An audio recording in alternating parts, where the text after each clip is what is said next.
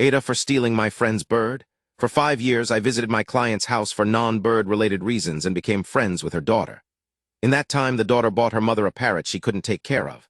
I felt bad, so I took care of the bird. I gave it fresh water and food and regularly cleaned the tiny cage. I even used my own money to thrift a bigger, although still too small. I knew nothing about birds, cage, and gifted it to my client. Then the client relocated without the bird, leaving it with her daughter. I still visited the daughter occasionally, and I noticed the bird was being neglected. Water bowl was almost empty and full of bird shit. I changed that on the spot. The poop tray on the bottom was so full of waste it was almost covering the grate.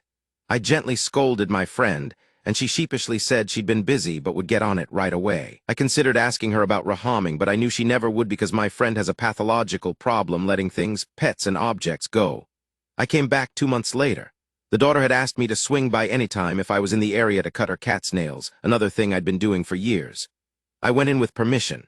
No one was home. Things with the bird were worse. Cage hadn't been cleaned since I'd last done it 5 months ago. All the perches had fallen. Beak was so overgrown it touched its chest. Sludge water again. I impulsively snatched the bird out of the cage and took it home with me.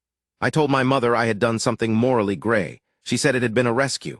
I researched, bought it a big cage, trimmed its beak, and prepared fresh veggies daily. Coaxing it out of its shell took months, but it eventually learned it could come out of the cage and to trust us. It had the funniest little personality, regained the strength to fly, and my mom fell in love despite a previous fear of birds. Friend texted me asking about the bird.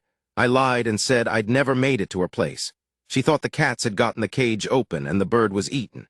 I've never said otherwise, and she has never seemed devastated by the loss. Legally, I'm in the wrong, of course, but am I the asshole?